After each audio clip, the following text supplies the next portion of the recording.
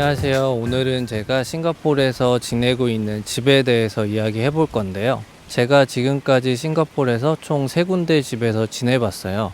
처음에는 모든 게 낯설고 새로운 것들이라 한 동네에서 이렇게 쭉 지냈었는데, 지내다 보니까 조금만 옆에 가면 이런 아파트도 있구나 이런 것도 알게 되고, 아니면 이제 동네를 조금 더 저쪽 동네가 나한테는 좀 더 맞겠다 싶은 곳도 생겨서 벌써 3번째 이사를 해가지고 이렇게 지내고 있는 것 같아요. 처음에 싱가포르로 이직이 결정되고 새로운 환경에서 또 새롭게 도전을 할 수 있다는 이런 것 때문에 되게 희망이 부풀어 있었는데, 현실적으로 이제 벽에 부딪혔던 게 집을 알아보면서였거든요. 주변에서 싱가포르 경험이 있는 분들도 있어서 이야기를 듣고 인터넷에서 정보를 찾아봤을 때는 비싸다 해도 사실 실감이 나지 않았어요. 그런데 이제 막상 내가 살 곳이다, 내 주머니에서 돈이 나간다 생각하고 현지에 와서 이렇게 집들을 알아보니까 이만큼 내가 돈을 지불하는데 이 정도 컨디션의 집밖에 못 구하나, 이런 생각이 좀 강하게 들어서 조금은 우울해지고 조금 실망스러운 이제 경험을 하게 된 게 집을 구하면서 이제 느꼈었거든요. 제가 처음 살았던 HDB에 대해서 말씀을 드려보면, 저는 이제 예산을 3,000에서 3,500 사이에서 집을 보기 시작했었어요. 그리고 첫 번째 조건이 지하철로 출퇴근 가능한 거리에 10에서 15분 정도 거리에서 이제 집을 찾았었고요. 그때 당시는 이제 싱가포르 집값도 최정점을 찍었을 때였어요. 2013년이 싱가포르 부동산 값이랑 렌트비 이런 게 다 최고점이었거든요. 그러다 보니까 이 예산으로는 이제 한국 분들이 선호하는 신규 대단지 콘도 같은 경우는 이제 전혀 갈 수가 없는 상황이었어요. 자연스럽게 이제 선택지가 HDB 쪽으로 기울게 되더라고요. 저는 처음에는 낯선 곳이기도 하고 정확하게 이렇게 출퇴근 시간이 맞춰지는 게 좀 더 나을 것 같아서 되도록이면 지하철이 되는 곳을 선호했었거든요. 그리고 그때 당시에는 아이도 없고 저랑 와이프 둘만 있어서 사실 다른 조건은 그렇게 크게 보지는 않았었어요. 그래서 고르게 된 동네가 토파요라는 이제 싱가포르 정중앙에 있는 동네였거든요. 여기서는 이제 가장 오래된 주공 아파트 대단지예요. 어떻게 보면 싱가포르의 전형적인 모습을 볼 수 있는 동네이기도 하고요. 제가 이제 찾았던 아파트는 이 토아파요에서도 이제 가장 랜드마크에 해당하는 5분이면 걸어서 지하철역까지 갈 수 있는, 그래서 다른 것들은 볼 필요가 없을 정도로 저한테는 제가 선호하는 딱 환경이었고요. 사실 저희가 취업하기 전에 2박 3일 정도 미리 한 달 전쯤 와가지고 사전 답사를 했었어요. 그래서 현지 부동산들도 구경을 하고 기회가 된다면 계약까지 하고 돌아가고 관광도 좀 할까 싶어서 취업 전에 미리 와서 이게 집을 본 거였었거든요. 회사에서도 한 달 정도 호텔을 잡아준다고 그 사이에 알아볼 수 있다고는 했는데, 제가 전혀 새로운 회사에서 적응하랴, 일 끝나고는 또 와이프랑 집 보러 다니느랴 이러면 정신이 없을 것 같더라고요. 그래서 될 수 있으면 미리 저희끼리 왔을 때 정하고 가자 싶어서 이렇게 방문을 했었는데, 그 전에 봤던 이제 집들이 너무 컨디션이 안 좋거나 저희 기대에는 조금 못 미치는 집들이었어요. 저희 와이프 같은 경우는 울음까지 흘리면서 사실 싱가포르에 살아야 될지 되게 걱정을 저는 할 정도였거든요. 그러다가 마지막에 이제 본 게 이 토파요에 있는 이 집이었거든요. 집만 봐서는 사실 큰 불편함은 없이 만족스럽게 잘 지냈었고요. 말씀드렸던 것처럼 토파요라는 동네가 이제 가장 전형적인 싱가포르 주공 아파트 단지다 보니까 헝그리 고스트 때 하는 의식이나 HDB 그 공용 공간에서 이제 진행되는 현지인들이 하는 결혼식이나 장례식 이런 문화들도 자주 보게 되고요. 그다음에 아파트 주민들도 워낙 다양한 인종, 다양한 종교 구성이다 보니까 도교적인 문화거나 아니면 힌두교적인 문화들을 가진 주민들하고 자주 접할 기회가 있어서 짧은 기간이지만 싱가포르 현지에 대해서 이제 참 많은 걸 알 수 있었던 기간으로 이제 기억이 되거든요. 제가 지내면서 이제 만나게 된 한국 분들 중에도 외국인들이 많이 사는 동네에서만 쭉 10년 동안 계셨던 분들은 제가 이야기하는 이런 거를 모르는 분들도 사실 계셨거든요.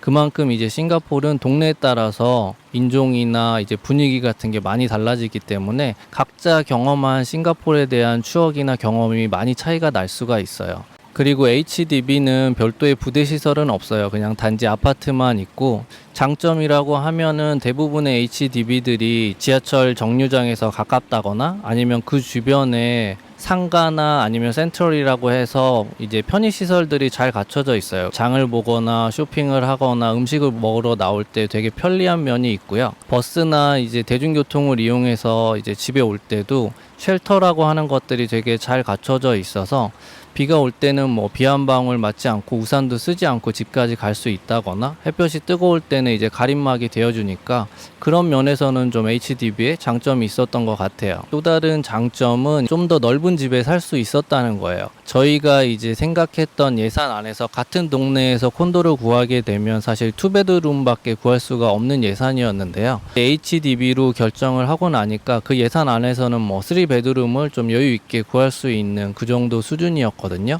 그래서 조금 가격적인 면이나 아니면 이제 집의 넓이를 좀 더 큰 집에 살 수 있다는 장점이 또 있었고요. 단점이라고 하면 저희한테는 가장 컸던 게 대부분이 이런 사진에 보시는 것처럼 쇠 창살로 돼 있어요. 유리창들이요.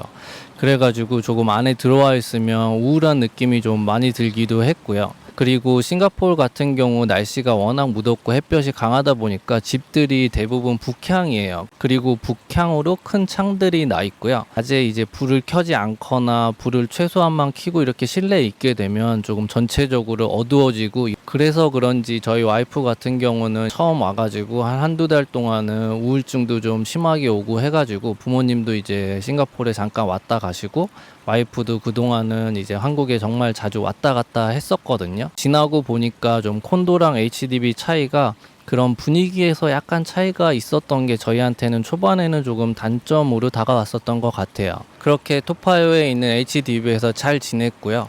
이제 동네를 여기저기 돌아다니고 뭐 음식점도 찾아다니고 이러다 보니까 주변에 있는 이제 다른 아파트들도 저희가 알게 됐어요. 근데 뭐 그리 멀지 않은 곳에 뭐 콘도가 되게 잘 갖춰져 있더라고요. 그리고 그때는 아이가 이제 태어나기도 할 때여서 부대 시설이 잘 갖춰진 곳에서 아이랑 지내면 어떨까 싶어서 이제 두 번째로 이사를 하게 됐어요. 최대 장점은 뭐 부대 시설이죠. 그래서 수영장도 나름 규모가 있는 이제 수영장이었고, 아이들 놀이터나 테니스장, 그다음에 농구장, 짐 이런 곳들이 잘 갖춰져 있었어요.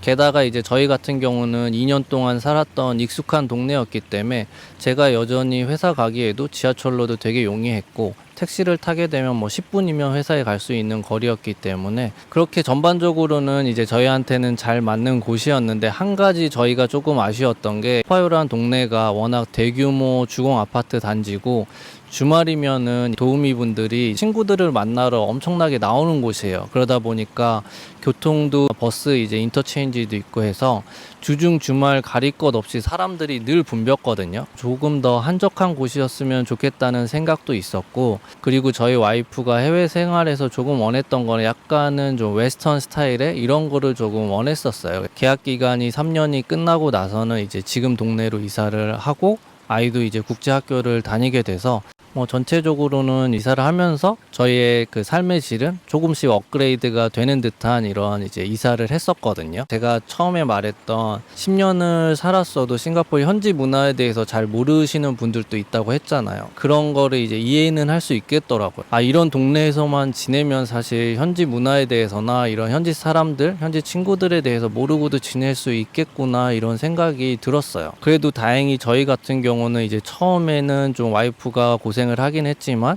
싱가포르 이제 HDB랑 정말 싱가포르 전형적인 동네에서 지내보고 지금은 이제 또 다른 환경에서 지내게 되니까 참 싱가포르이 작은 나라지만 다양한 경험을 할 수 있어서 뭐 장점이라고도 생각이 되고요. 예산에 걱정이 없으신 분들은 뭐 리버밸리나 아니면 뭐 센토사 쪽이나 정말 좋은 동네도 많아요. 그런 데서도 여유롭게 사시는 분들도 꽤 많겠지만 저희 같이 이제 예산을 어느 정도 정해놓고 이제 생활하다 보니까 이렇게 이사도 하면서 이런저런 경험을 하게 되는 것 같아요. 제가 긴 기간은 아니지만 이렇게 세 군데 아파트에서도 지내보고 동네도 이렇게 바꿔보면서 지내다 보니까 각 아파트나 동네마다 차이들이 있는 것 같아요. HDB에서 지내면 콘도만큼 부대 시설이 당연히 뭐 좋지는 않지만 뭐 교통 접근성이나 그 다음에 이제 비용에 있어서 조금 세이브를 하거나 넓은 집에 살 수 있다는 또 장점이 있는 것 같고요. 그 다음에 이제 현지 문화나 이런 경험들을 할 수 있고 현지 친구들을 사귀기가 좋다는 점이 또 다른 이제 장점인 것 같고요.